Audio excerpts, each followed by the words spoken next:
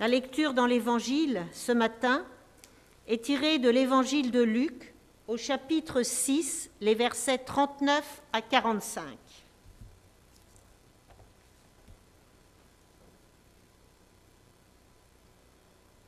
C'est Jésus qui parle.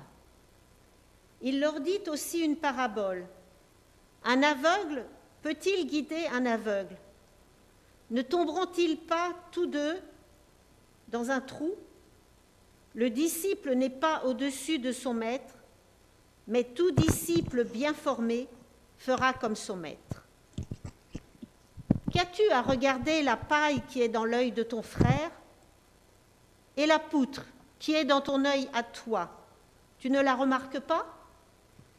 Comment peux-tu dire à ton frère, « Frère, attends que j'ôte la paille qui est dans ton œil, toi qui ne vois pas la poutre qui est dans le tien. » Homme au jugement perverti, ôte d'abord la poutre de ton œil, et alors tu verras clair pour ôter la paille qui est dans l'œil de ton frère. Il n'y a pas de bon arbre qui produise un fruit malade, et pas davantage d'arbres malades qui produisent un bon fruit. Chaque arbre, en effet, se reconnaît au fruit qui lui est propre. Ce n'est pas sur un buisson d'épines que l'on cueille des figues, ni sur des ronces que l'on récolte du raisin. L'homme bon, du bon trésor de son cœur, tire le bien, et le mauvais, de son mauvais trésor, tire le mal. Car ce que dit la bouche, c'est ce qui déborde du cœur. Chers frères et sœurs, aujourd'hui nous avions le choix entre deux séries de textes, dont l'un était la transfiguration de Jésus sur la montagne, au chapitre 9, un texte très souvent commenté et sur lequel j'ai déjà moi-même prêché. J'ai donc choisi l'autre texte, avec ses paraboles de la paille et de la poutre et des arbres avec leurs fruits. Ce texte m'a interpellée à titre personnel, car sans doute, et sans le vouloir vraiment, j'ai souvent une poutre dans mon œil qui ne m'empêche pourtant pas de voir la paille dans l'œil de mon frère ou de ma sœur. Jésus a bien grossi le trait avec la poutre, alors que l'on imagine facilement et parfaitement le fétu de paille, ce petit morceau, cette poussière au moment de la moisson qui peut effectivement entrer dans notre œil et nous faire mal. Si on reçoit une poutre, on peut imaginer se trouver plutôt dans la situation de l'aveugle, car alors le risque de cécité est plus probable. Et Jésus nous a dit qu'un aveugle ne peut pas, sans risque, guider un autre aveugle, au risque de tomber dans un trou ou, à notre époque, de se prendre un poteau sur le trottoir. La question que nous devons nous poser est la suivante.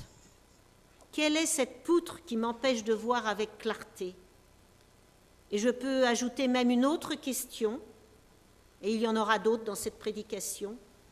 Cette poutre est-elle à géométrie variable selon la personne qui est en face de moi?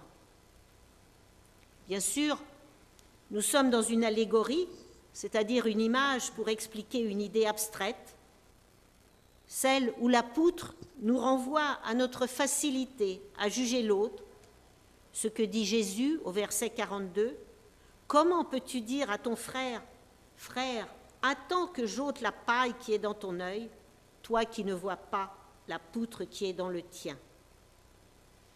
Homme au jugement perverti, mais d'autres traductions disent hypocrite, en étant plus proche du terme grec, ou finalement aussi, à notre époque, faucheton, ôte d'abord la poutre de ton œil, et alors tu verras clair pour ôter la paille qui est dans l'œil de ton frère. Jésus parle de jugement perverti. Et il nous adjure de faire le ménage en nous avant de le faire chez les autres.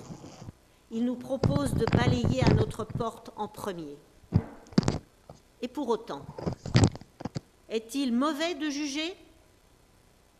On peut faire la distinction entre juger un acte et juger la personne qui a commis l'acte. Il n'est pas anormal, pour qu'une société fonctionne, qu'il y ait des règles à respecter et donc des juges pour les faire respecter. C'est comme avec notre enfant, on l'aime, mais on n'aime pas forcément certaines de ses actions, et un parent peut être amené à le punir ou au moins à lui expliquer ce qui est mal, car il y a un distinguo entre l'acte et la personne. Et c'est cela que Jésus veut nous faire comprendre. Je peux, et même je dois, aimer mon prochain, ma prochaine, avec l'amour bienveillant d'un chrétien envers son frère ou sa sœur, l'amour agapé dont j'avais parlé le 26 décembre. Mais cela ne signifie pas tout accepter de cette personne. Jésus nous demande donc de veiller à cet amour agapé quand il dit au verset 36 et 37, un peu avant le texte de ce matin, il dit « Soyez généreux comme votre Père est généreux, ne vous posez pas en juge et vous ne serez pas jugés, ne condamnez pas et vous ne serez pas condamnés, acquittez et vous serez acquittés. » Et ces phrases viennent juste après l'amour des ennemis dont le pasteur a parlé la semaine dernière. Et Jésus conclut en disant qu'il n'y a qu'à ce prix que nous serons des fils et des filles du Très-Haut. Alors bon, je vous le dis, c'est sans doute pas mal raté pour moi. Je pense que je juge régulièrement d'autres personnes et pas seulement leurs actes. Et donc, sauf à avoir l'espérance que je place en Jésus-Christ, que lui et son Père sont infiniment meilleurs que moi et me pardonneront, je suis sinon dans le rouge, du moins je pense dans l'orange. Ce que le Christ nous demande, ce n'est pas de porter un jugement qui peut être neutre, comme la justice représentée souvent aveugle, mais les conséquences de ce jugement qui peuvent être une condamnation ou au contraire une absolution, voire une justification. Il nous demande de minimiser notre propre estime de nous-mêmes pour alors minimiser les défauts des autres et, à contrario, de ne pas minimiser nos propres défauts et les qualités de notre prochain. Ésope, déjà, vers 600 avant Jésus-Christ, a écrit la fable des deux besaces. Je vous la cite. Jadis, Prométhée, ayant façonné les hommes, suspendit à leur cou deux besaces, deux sacs, l'un qui renferme les défauts d'autrui, l'autre leurs propres défauts, et il plaça par-devant le sac des défauts d'autrui, tandis qu'il suspendit derrière les défauts qui sont les miens. Et il en résulte que les hommes voient d'emblée les défauts d'autrui, mais n'aperçoivent pas les leurs. On peut appliquer cette fable à celui ou celle qui, aveugle en ses propres affaires, se mêle de celles qui ne la regardent pas.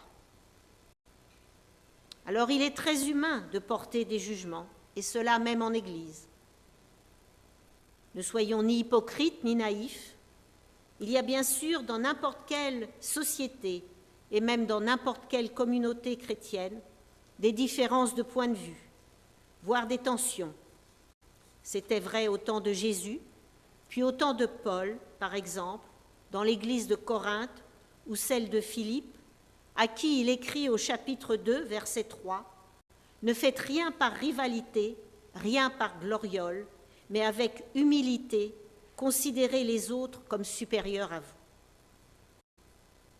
Jésus, et suivi de Paul, nous demande de faire d'abord un travail sur nous-mêmes pour éliminer ce qui peut nous empêcher de voir, et pour cela, d'oser nous regarder dans le miroir et prendre un temps, un moment de disponibilité pour être prêt à accueillir le Christ et donc aussi notre prochain, notre prochaine, essayer de comprendre son point de vue qui est différent d'une autre, discuter sans le blesser par une parole inadaptée. Et il suffit parfois de changer un peu la ligne qui nous sert de référence pour voir l'autre, mieux le comprendre, et alors notre référentiel personnel se modifie et ce qui posait problème disparaît. Plus facile à dire qu'à faire, j'en suis très consciente. Mais comme le dit le psaume 141, dont je vous livre un extrait, « Seigneur, monte la garde devant ma bouche, surveille la porte de mes lèvres, empêche-moi de me laisser aller à dire une parole mauvaise. » Et c'est aussi la philosophie du livre des Proverbes lu ce matin, et je vous relis juste le verset 11. « La bouche du juste est une fontaine de vie, mais celle des méchants dissimule la violence. » Comme je l'ai dit, ne soyons ni naïfs ni hypocrites.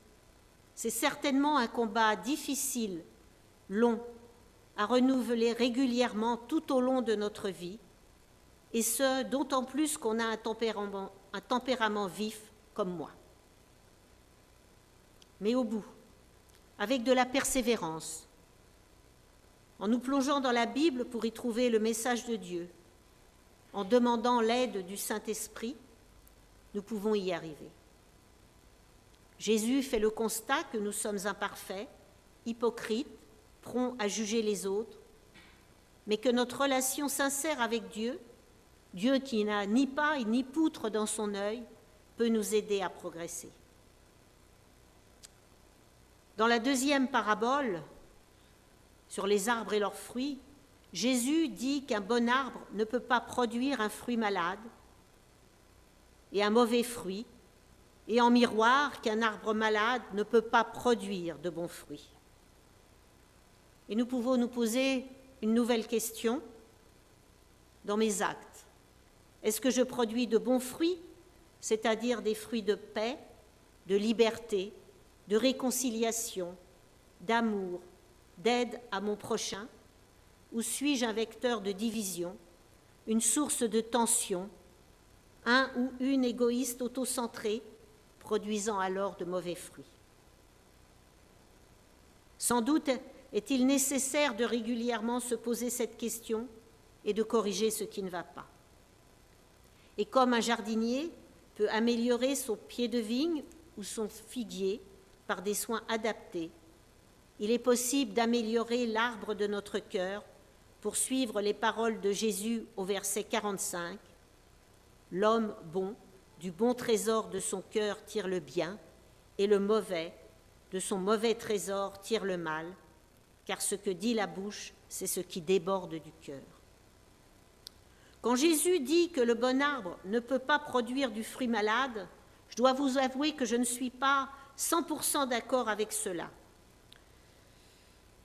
Car selon la météo, l'excès de pluie ou de sécheresse, même un bon arbre peut produire certaines années des fruits gâtés.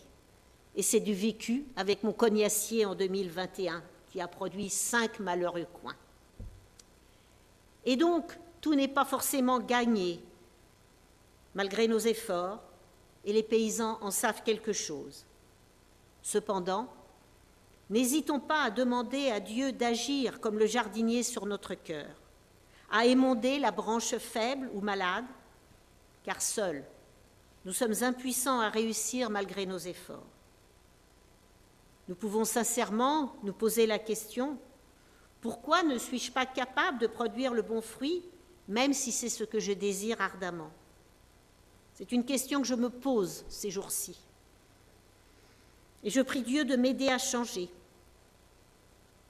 Suis-je un cœur inquiet ou blessé qui n'arrive pas à cicatriser? Un cœur qui a du mal à voir ce qu'il y a de bon dans celui ou celle que je côtoie?